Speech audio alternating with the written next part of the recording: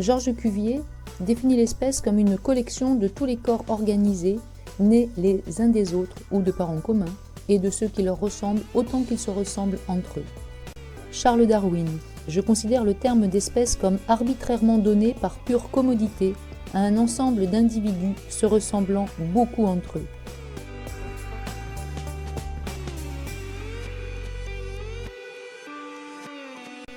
Ernst Mayr introduit clairement ici le critère d'interfécondité. Deux individus sont de la même espèce s'ils peuvent se reproduire entre eux et avoir une descendance fertile.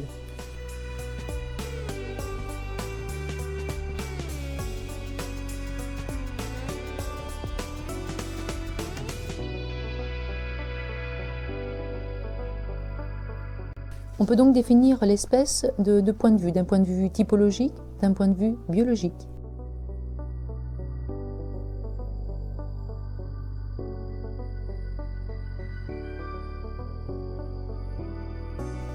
Le muntjac de Chine et le muntjac d'Inde sont deux cervidés asiatiques. Morphologiquement, ils se ressemblent beaucoup. Génétiquement, il y a très peu de différence dans le nombre de leurs gènes. Néanmoins, leur hybridation est impossible. Le muntjac de Chine est une espèce à 2n égale 46 chromosomes.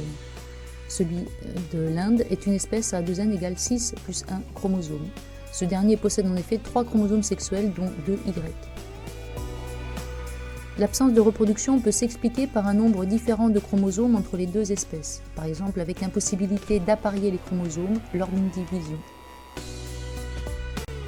La définition biologique de l'espèce indique que deux individus sont de la même espèce s'ils peuvent se reproduire entre eux et que leur descendance est fertile. Ici, aucune hybridation n'est possible. Ils ne font donc pas partie de la même espèce.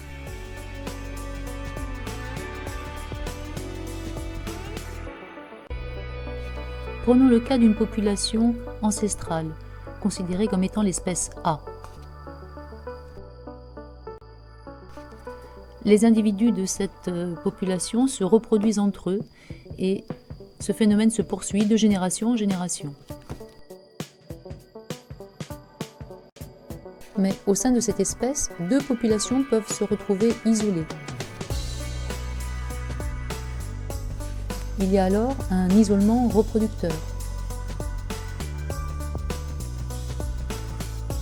Les échanges génétiques liés à la reproduction sexuée se réduisent et accumulent des différences génétiques. L'isolement reproducteur entre ces deux populations va être associé à un isolement génétique. Il n'y a plus d'échange entre ces deux populations. Chaque population va alors être considérée comme une nouvelle espèce qui continuera à évoluer sous l'effet du hasard et de la sélection naturelle. Ce processus à l'origine de la formation de nouvelles espèces se nomme spéciation. Une des deux nouvelles espèces peut disparaître. Il y a alors extinction. L'autre espèce, l'espèce B, peut connaître à son tour un phénomène d'isolement reproducteur et on peut assister alors à une nouvelle spéciation. Une espèce doit donc être définie aussi dans le temps.